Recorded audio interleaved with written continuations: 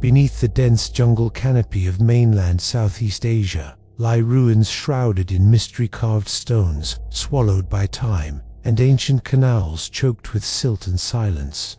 The Angkorian Empire, once the largest pre-industrial civilization in the world, left behind more than just temples. It left behind questions about power, about collapse, about secrets buried in the Mekong's muddy veins.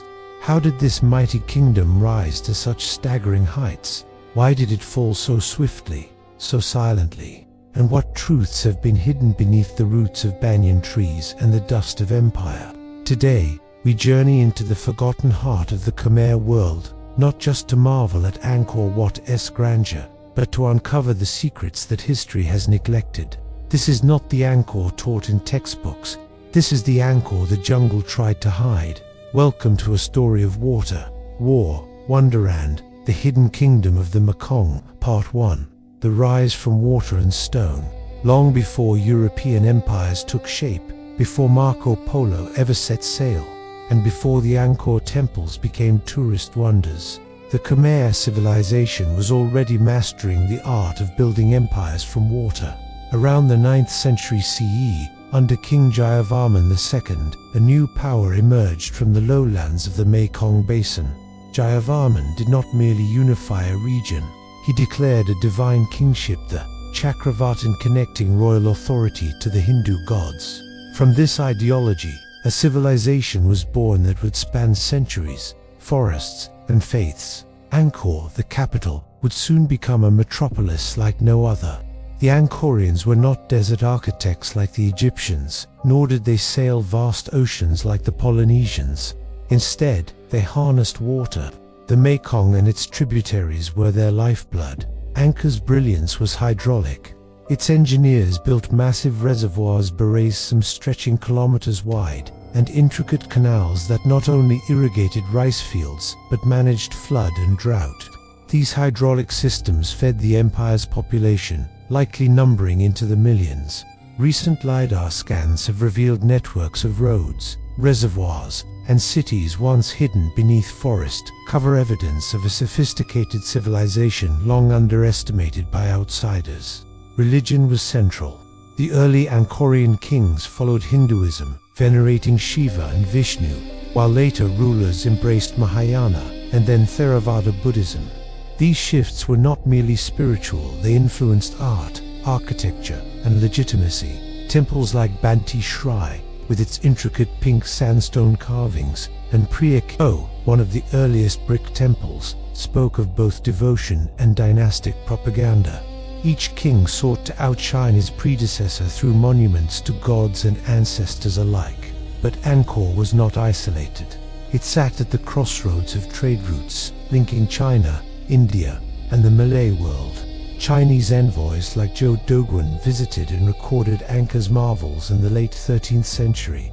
Traders brought ceramics, textiles, metals, and ideas. The Khmer elite wore imported silks, used Chinese porcelain, and drank from bronze vessels. Yet despite this cosmopolitanism, the kingdom remained rooted in its own traditions, its own cosmology. By the 11th century, under kings like Suryavarman I and Udayadityavarman II, the empire expanded. Territories stretched from modern-day Laos to the Gulf of Thailand.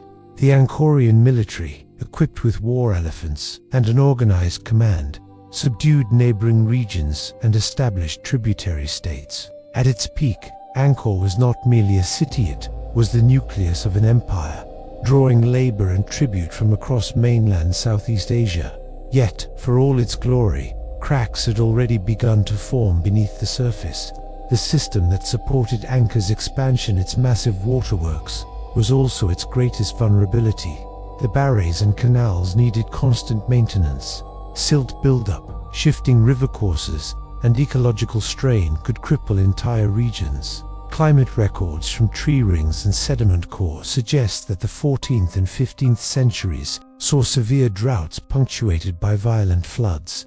In a kingdom so dependent on water management, such events could have catastrophic effects. But it wasn't just climate. Political stability, long propped up by divine kingship, began to erode. Dynastic disputes, court rivalries, and regional rebellions fractured unity. A succession of short-lived rulers led to internal instability. Unlike earlier centuries, where powerful kings ruled for decades, later kings often reigned briefly, some assassinated or ousted. Meanwhile, external pressures mounted. The neighboring Thai polities to the west, including the rising kingdom of Ayutthaya, grew stronger. The Thai people, once tributaries, had learned from the Angkorians, adopting their scripts, statecraft, and even temple architecture. But they were not content to imitate. They expanded. Border skirmishes became invasions. By the mid-15th century, Ayutthaya would sack Angkor, forcing the Khmer court to abandon the ancient capital and move southeast to Longvek. But that was yet to come. In the 12th century, Angkor experienced a second golden age under King Suryavarman, the builder of Angkor Wat, a masterpiece of architecture and devotion. Angkor Wat was dedicated to Vishnu and aligned with celestial phenomena. Its 5 towers symbolized Mount Meru, the Hindu cosmological center of the universe. Every stone was carved with epics from the Ramayana and Mahabharata. The scale, symmetry, and symbolism of Angkor Wat surpassed anything else in the ancient world. Even today, it remains the largest religious monument ever constructed.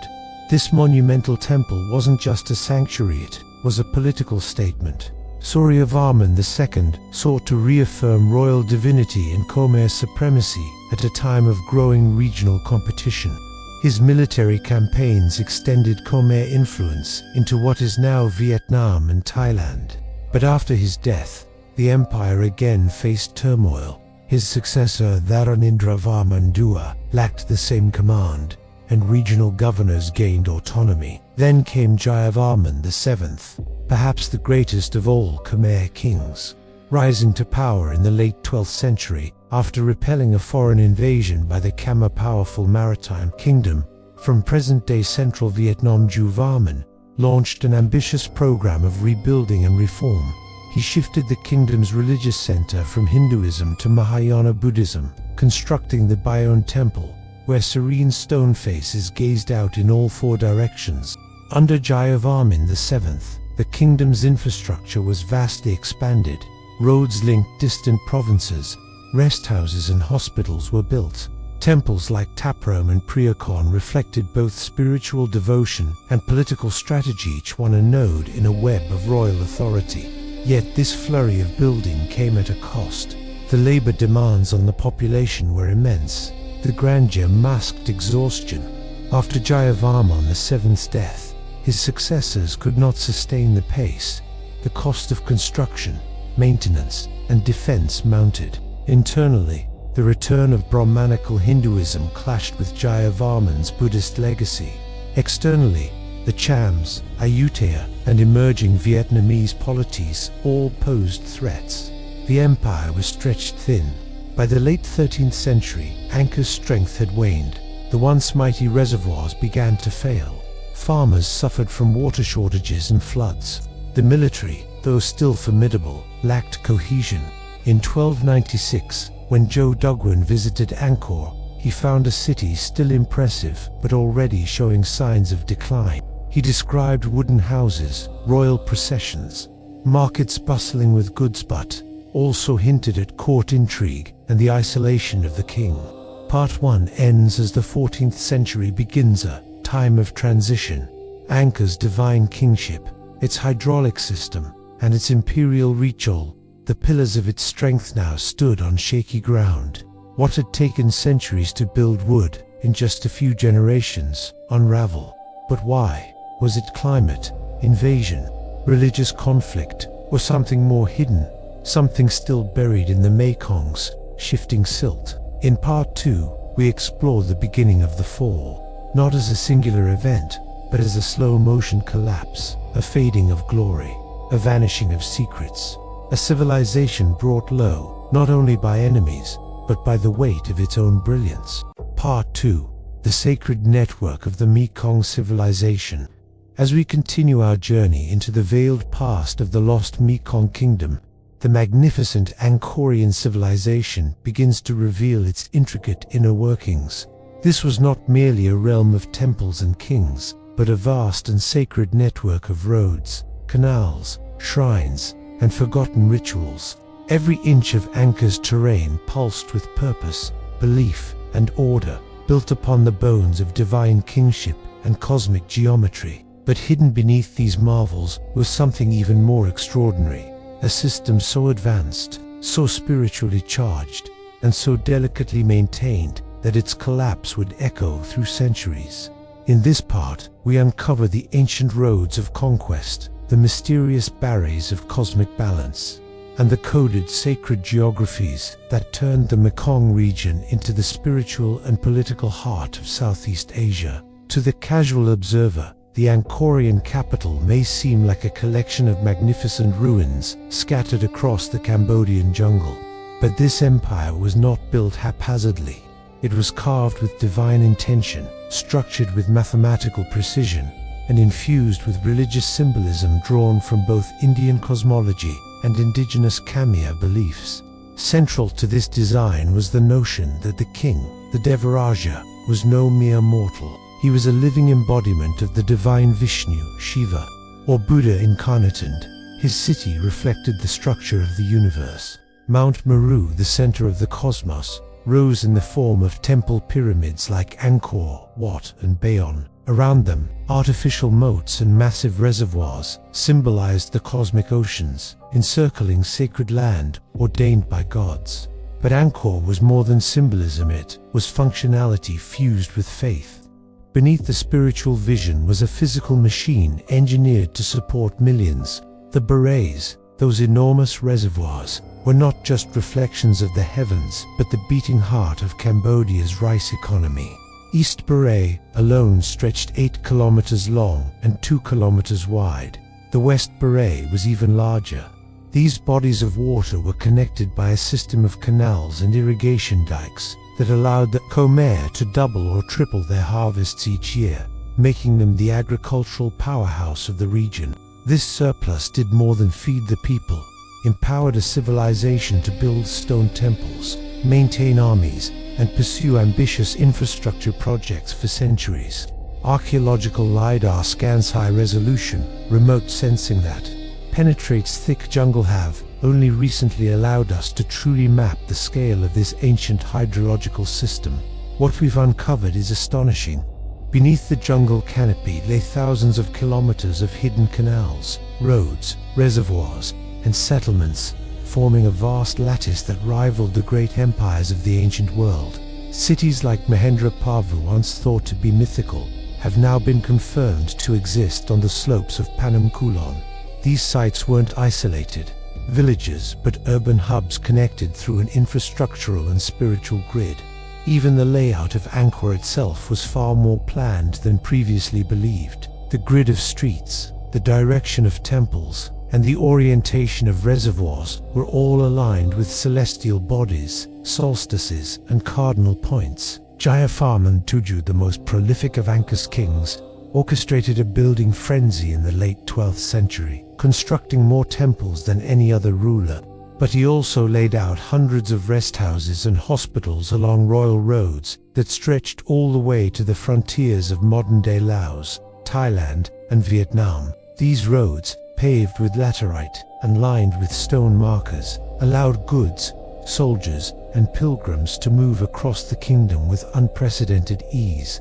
They were arteries of control and cohesion, spreading the image and authority of the Dvaravati far beyond Angkor's heartland. But what truly distinguished the Angkorian system was its sacred logic. It wasn't enough for a city to be efficient, it had to be cosmologically correct. Temples weren't just religious centers, they were engines of divine favor, mandalas that stabilized the realm. The king's power was thought to depend on maintaining balance in the universe between dry and wet, sky and earth, human and divine. Temples were erected at geomantic points of power, often on ancient mounds or natural springs, and connected in ritual networks that mirrored the heavens. Even land surveys were spiritual acts. often conducted with astrologers and Brahmins, to ensure proper alignment with cosmic energies. This obsession with sacred geography extended to the Mekong itself. The river was not just a source of fish and water, but a living deity, a naga serpent that coiled through the land. Many temples were built along its banks, including the sacred site of Wat Phu in Laos, which served as an anchor point for Khmer influence in the upper Mekong basin. Khmer engineers even created artificial channels and portages to link disconnected rivers, turning their realm into a vast, interconnected water kingdom. The spiritual fusion didn't stop at infrastructure. Angkor's art and iconography reflect a unique blend of Hindu and Buddhist symbolism, often coexisting in the same temple complex. Lintels carved with scenes of Vishnu's avatars stood beside sculptures of the Buddha in meditation. Jayavarman's Bayun Temple, with its 200 serene faces, is thought to be both a Buddhist temple and a representation of the king himself as a universal Buddha. These hybrid spiritual traditions weren't just tolerance, they were instruments of unification. By integrating multiple belief systems, the kings of Angkor managed to rule over a diverse and multi-ethnic realm without succumbing to civil fracture, at least for a time. But every engine, no matter how sacred, can falter, and in the 13th century, signs of strain began to show. Sediment cores and hydrological models revealed that the water system began to fail under the weight of overextension. Too many channels, too many deviations from natural flow, and possibly even climate change. Decades of droughts and floods began to cripple the Angkorian machine. The very system that had sustained Angkor's dominance for centuries was now its Achilles heel. Compounding this environmental stress was the rise of rival polities. The kingdom of Sukhothai emerged to the west, laying the groundwork for what would become Siam. In the east, Champa and Dvaravati were asserting themselves with increasing aggression, and internally, Angkor's carefully maintained cosmic balance began to fray. Buddhist reforms challenged the authority of Brahmanic priests. Kings clashed over succession. Patronage shifted from spiritual infrastructure to military expeditions. The decline was not a single event, but a slow unraveling. The great roads that once carried pilgrims and soldiers now grew over with jungle. Temples fell into disuse.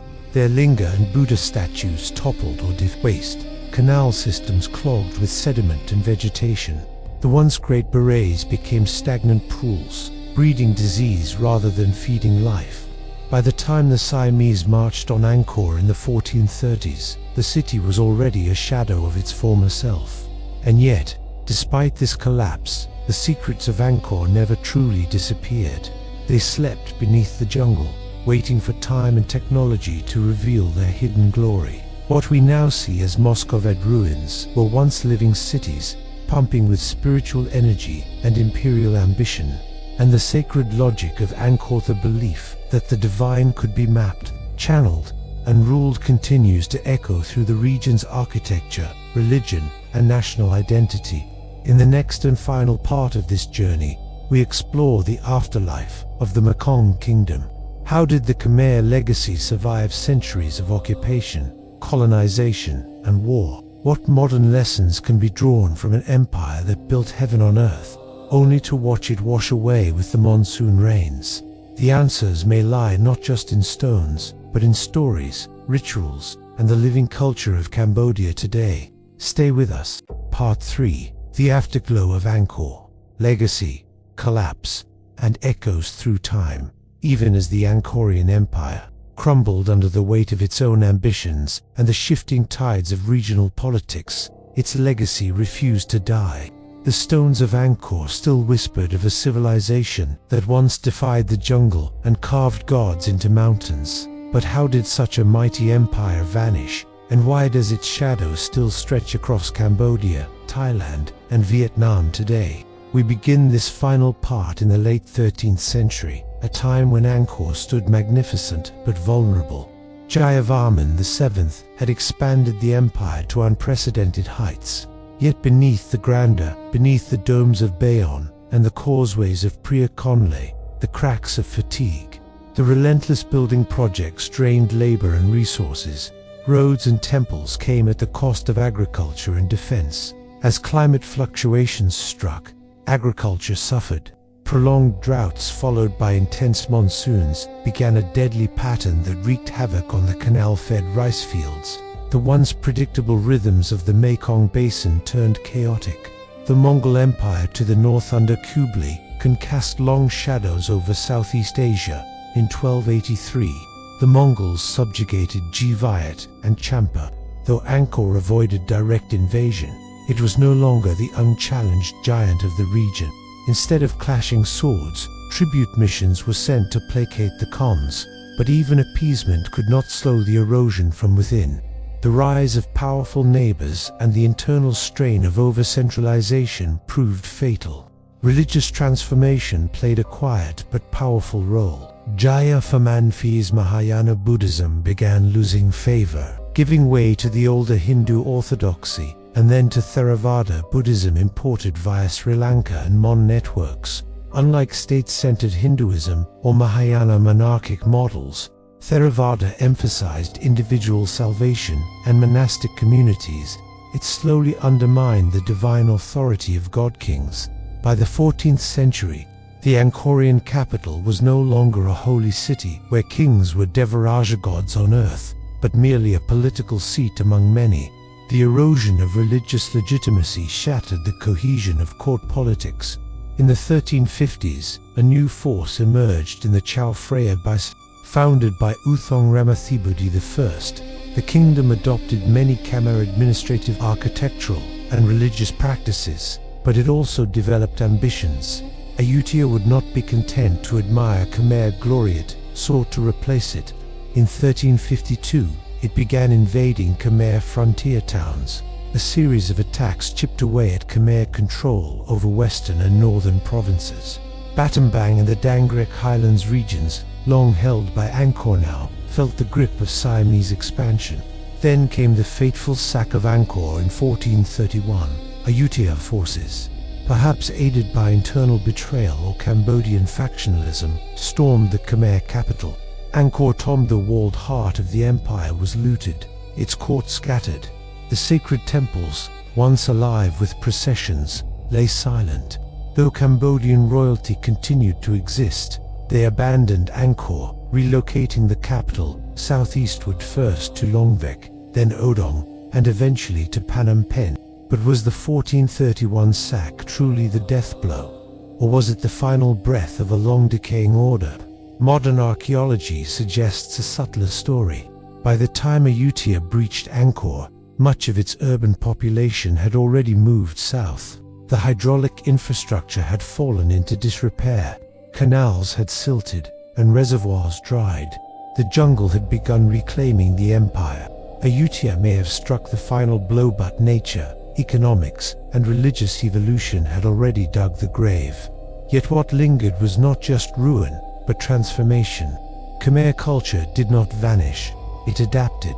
The Khmer language survived. So did Khmer religious practice, now refracted through Theravada lenses. The court system, temple design, even the choreography of royal dance carried Angkor's DNA, while Ayutthaya absorbed many Khmer traditions, like the Prang Towers and Sanskrit titles. Cambodia preserved its essence through resilience. The 16th and 17th centuries saw Cambodia trapped between two rising powers, Siam to the west and Vietnam to the east. Cambodian kings sought balance, sometimes inviting Siamese princes or Vietnamese advisors into court to avoid being swallowed whole. But such diplomacy often backfired.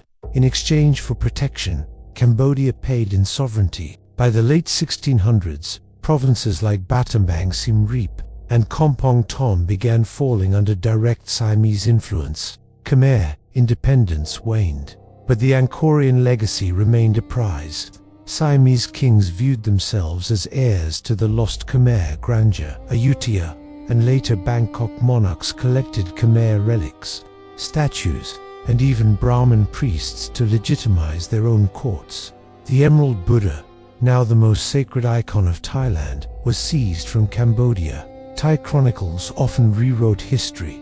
presenting Angkor as a former vassal. It was not just territory they conquered, it was identity. Meanwhile, Cambodia looked inward.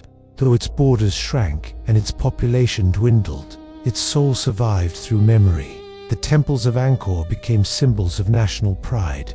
Not until French explorers like Henry Muat arrived in the 19th century did Angkor re-enter the Western imagination.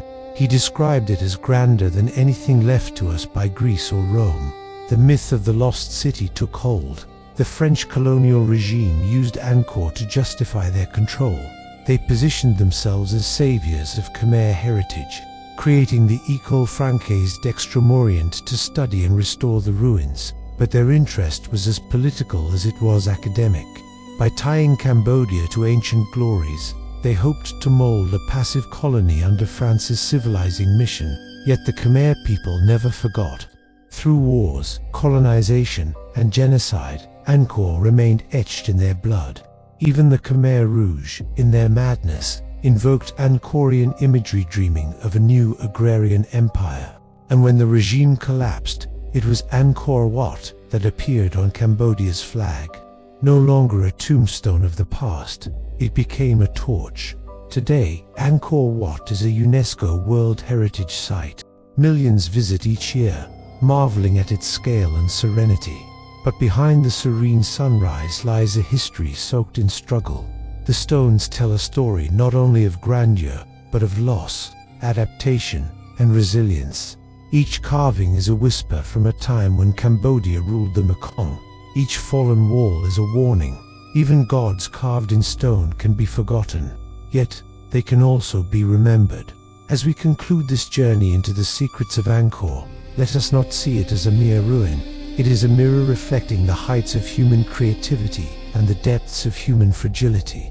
The Khmer Empire was not perfect. It was hierarchical, brutal, and expansionist, but it also pioneered architecture, astronomy, literature, and spirituality in ways the world is still unraveling.